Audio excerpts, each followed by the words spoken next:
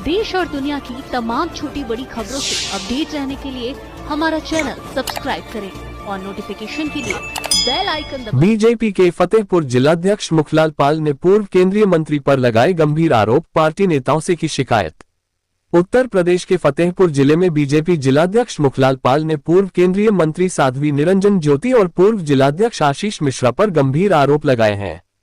उन्होंने पार्टी पद दिलाने के नाम पर वसूली, 500 बीघे से अधिक जमीनों में हिस्सेदारी, भ्रष्टाचार और माफियाओं को संरक्षण देने का दावा किया है। मुखलाल पाल का आरोप है कि साध्वी निरंजन ज्योति ने 300 बीघे जमीन पर कब्जा कर लिया है और उनके भतीजे के 500 डंपर मोरम खदानों में चल रहे हैं। साथ ही उन्होंने 200 करोड़ की प्रॉपर्टी बनाने का आरोप भी लगाया।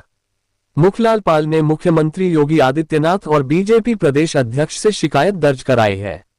उनका आरोप है कि जिले के अधिकारी मुख्यमंत्री के निर्देशों के विपरीत जाकर सरकारी जमीनों को कब्जा मुक्त कराने में पक्षपात कर रहे हैं। इस खुलासे के बाद बीजेपी में गुटबाजी खुलकर सामने आ गई है। हालांकि पार्टी नेतृत्व की ओर से अभी तक कोई आधिकारिक बयान नहीं आया है, लेकिन यह मामला फतेहपुर की राजनीति में हलचल मचा रहा है। भारतीय जनता पार्टी को सही स्थान पर ले जाएगी। ऐसे लोगों को, चाहे वो अधिकारी हो चाहे नेता हो, उन पे भी कार्रवाई होनी चाहिए। मैं तो एक पतली गर्दन का आदमी हूँ, पिछड़े समाज से आता हूँ, तो मेरी गर्दन पकड़ने के लिए तैयार है। जीरो टॉलरेंस की कार्य करने वाली सरकार खुद ही भ्रष्टाचार में पूरी तरीके से लिप्त हो गई और आपके कार्यकर्ता भी कहीं ना कहीं लिप्त हो गए। मैं आपको फिर बार बार कह रहा हूँ, जो मेरी जानकारी में आता है मैं उसको लिखता हूँ, कहता हूँ और खुले मंच से कर रहा हूँ, प्रेस कर रहा हूँ कि मेरी छोटी गर्दन है, मैं पाल समाज से आता हूँ, अति पिछड़ा हूँ, इसलिए मेरी दबाने का काम। कितने बीघे जमीन उन्होंने कब्जाया है पूर्व मंत्री जी ने और पूर्व जिलाध्यक्ष आपके? कम से कम 500 बीघा। मैं आपको पत्र दे रहा हूँ, सब नंबर है मेरे पास, शामिल रहे सब। बिल्कुल, आप समझ लो ना अधिकारियों ने कौन सा काम कर दिया। अतीक के भाई अशरफ के साले की जमीन रेहान एंड कंपनी में मेरे पास संख्या है, इनको ट्रांसफर की गई है। क्यों नहीं कार्रवाई की गई भाई? किनको ट्रांसफर की गई? रेहान एंड कंपनी को। रेहान कंपनी कौन है? अभी आप पता करो, रेहान एंड कंपनी राजा के भाई लोगों की है। इसमें शामिल कौन रहा है? सब लोग शामिल, उनके तो फोटो हैं। अरे भाई, मैं तो सीधी सी बात कर रहा हूं। वो कथा कर रही थी, कथा से उठकर उनके यहां गई एक कार्यक्रम में।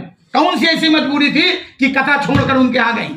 अध्यक्ष जी, सबसे एक महत्वपूर्ण बात सवाल ये है कि आपको इसकी जानकारी पूर्व में थी, लेकिन जब उन्होंने आपके विरुद्ध जो है, आपको लगा कि उन्होंने आपके विरुद्ध इस तरह की शिकायत किया, मिले हैं जो है वो प्रदेश स्तर में मिलकर काम किया, तब आपने यह बात उठाई है। आप लगातार भ्रष्टाचार के विरुद्ध जो है आवाजें उठा रहे हैं, तो पहले क्यों बात नहीं उठाई? चाहे पार्टी का हो चाहे जो गलत कर रहा है। जब से आया हूँ तब से, कोई अभी से नहीं लगा रहा हूँ मैं। जब से आया हूँ, मेरे मुख्यमंत्री की तारीख देख ली जाए, सितंबर से मैं ये पत्र लिख रहा हूँ।